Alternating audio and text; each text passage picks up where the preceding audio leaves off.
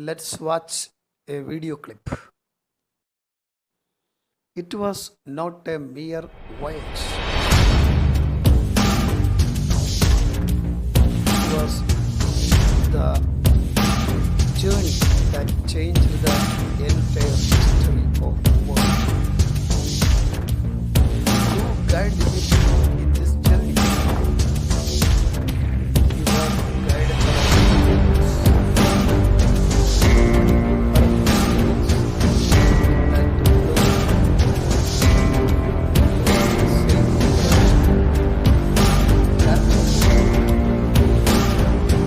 so the study about winds is the very important because it influenced the change of history too.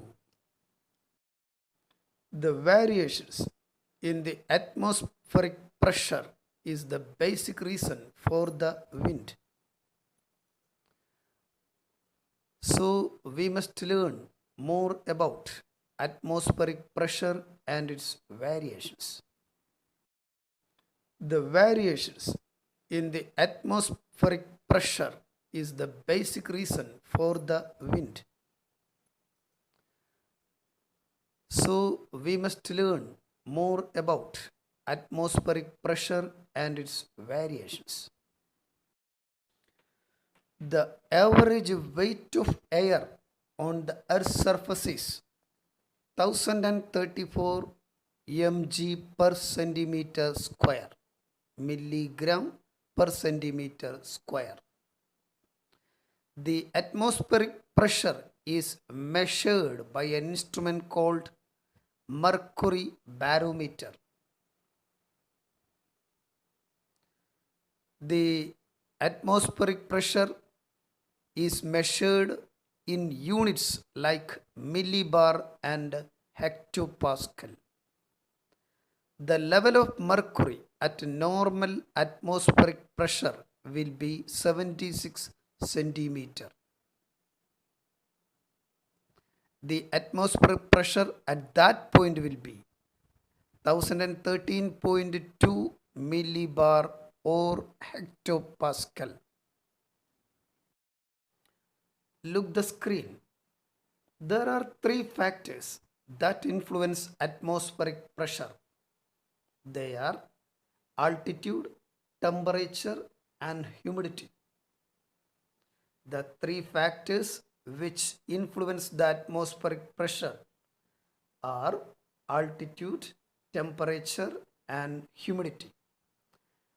Let's discuss one by one.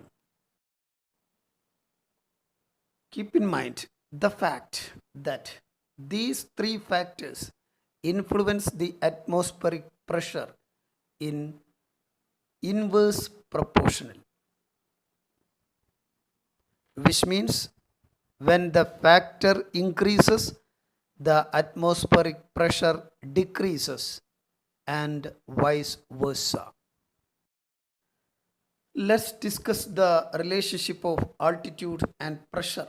As we have said earlier, the atmospheric pressure decreases with altitude, which means when altitude increases, the atmospheric pressure decreases, and when the altitude decreases, the atmospheric pressure increases. The pressure decreases at the rate of 1 millibar per an altitude of 10 meters. And what is the reason behind its effect? As one goes up, there is a decrease in atmospheric pressure due to the rarefication of air with altitude. That's why we feel ears clog, etc. when we go to high altitude places like Ooty.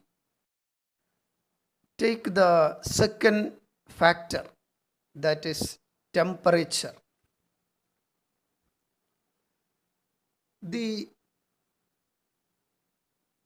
temperature, when the temperature increases, air expands and it ascends.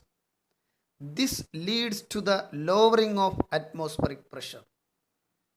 So here too you should think about the inverse proportional between this temperature and atmospheric pressure. When the temperature increases, atmospheric pressure decreases, and when the temperature decreases, the atmospheric pressure increases.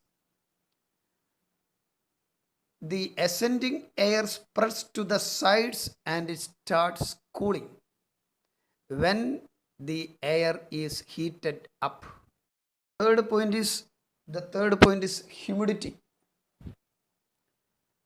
Humidity refers to the quantity of water present in the atmosphere.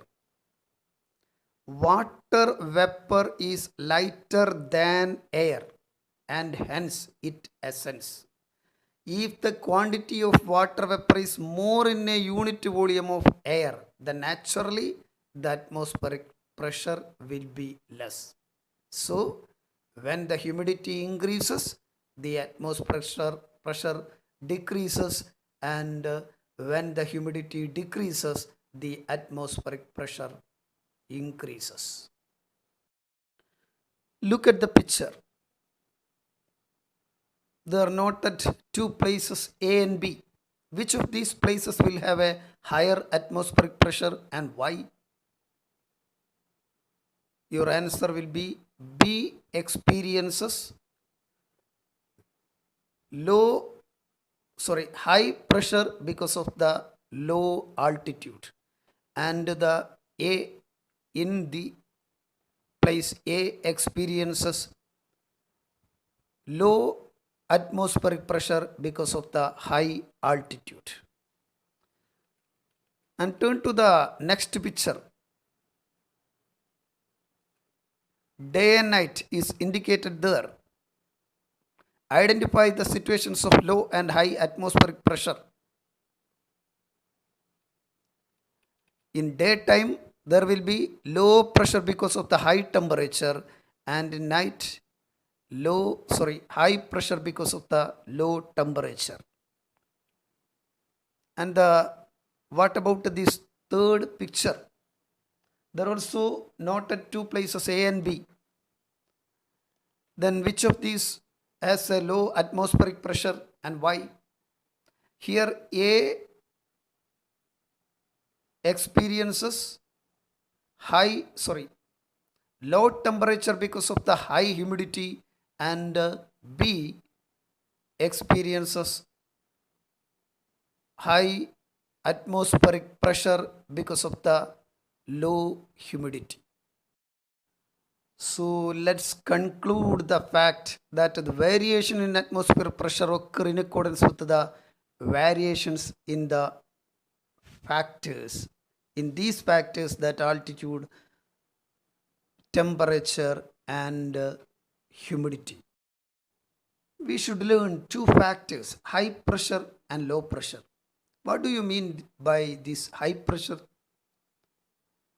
Look at the screen. If the atmospheric pressure of an area is higher than that of the surrounding region, it can be noted as high pressure. So from this explanation, we can easily find out what is low pressure region. Low pressure zone is if the atmospheric pressure of an area is lower than that of the surrounding region, it can be noted as low pressure. Look at another picture. That gives A and B two pictures, and note where feels high temperature and low temperature. Figure A noted, please note high H for high temperature because 720, 730, 740, 750 high hectopascals are increasing towards the continent. But in B, you may please note there L because the temperature pressure decreases towards the continent.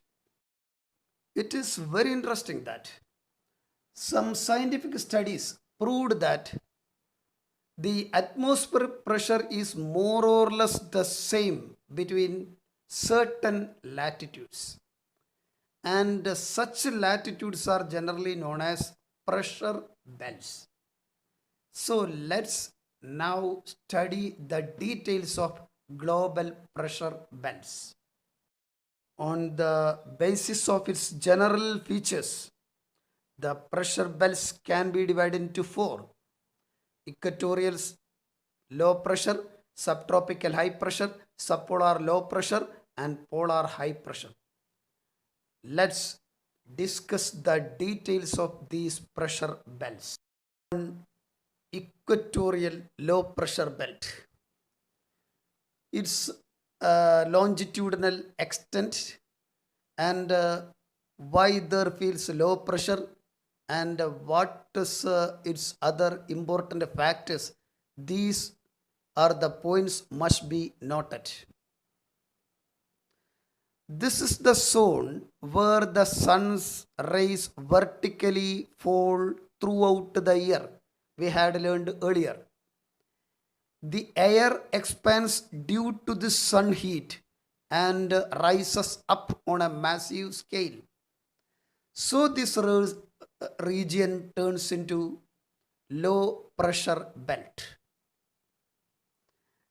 Its latitudinal extension is 5 degree north to 5 degree south. As the air in this zone ascends on a large scale, winds are very weak here. So this pressure belt is generally known as doldrum, meaning the zone with no winds. The region was a nightmare for some of the ancient mariners, because without winds, most of the mariners faced some dangers. So this zone or latitude was also known as Hose latitude. The second global pressure belt, that is subtropical high pressure belt. The hot air ascending from the equatorial low pressure belt cools gradually and subsides at the subtropical zone due to the rotation of Earth. When the air descends, it becomes cooler and the area will become high pressure zone. The third pressure belt, that is subpolar low pressure belt. The cold air remains close to the earth in this region. The air is thrown away due to the rotation of earth. As a result, low pressure feels here than here, and the area will become low pressure region. As the sunshine reaches slanting, this zone experiences severe cold throughout the year. As a result,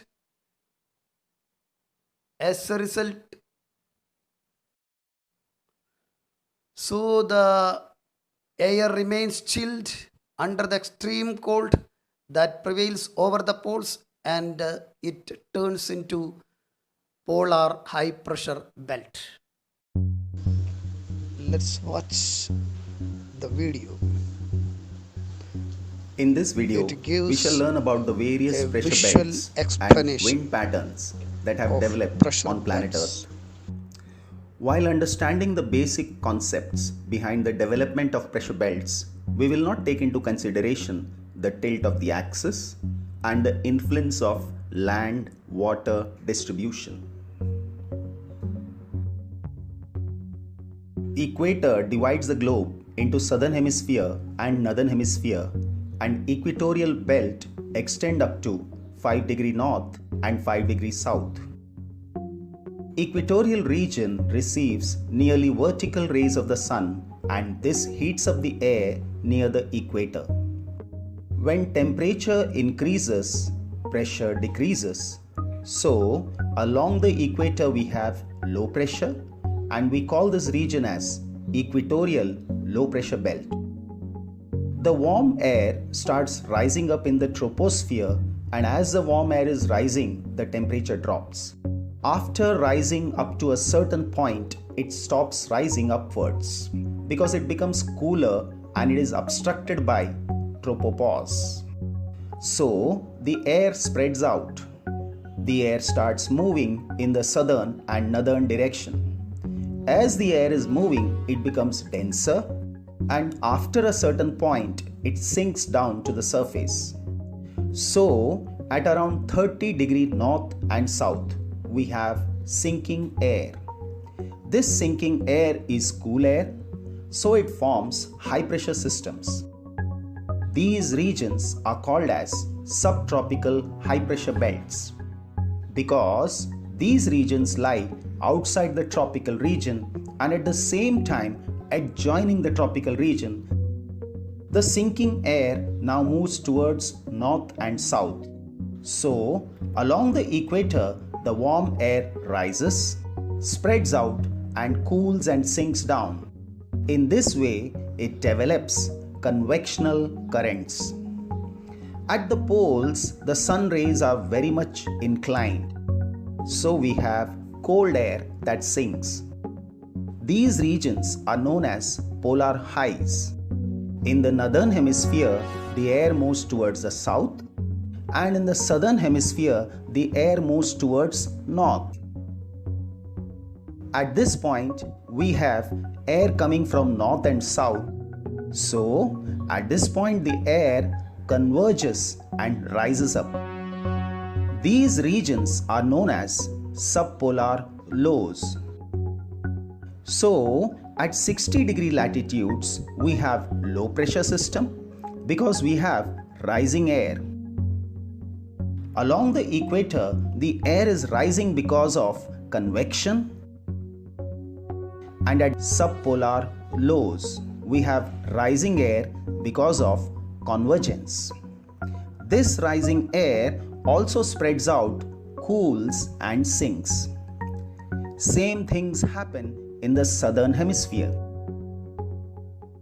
On the surface of the earth, along the equator, the winds move from high pressure regions to low pressure regions, that is from subtropical highs to the equatorial low in the northern and southern hemisphere. These winds bend to the right in the northern hemisphere, and in the southern hemisphere, the winds bend to the left, and this is described as Coriolis effect. The winds bend to the right and left in the northern and southern hemisphere respectively because the earth is spherical in shape and the earth rotates from west to east. In the same way, in between 30 and 60° north and south, the wind bends towards right and left in the northern and southern hemispheres respectively.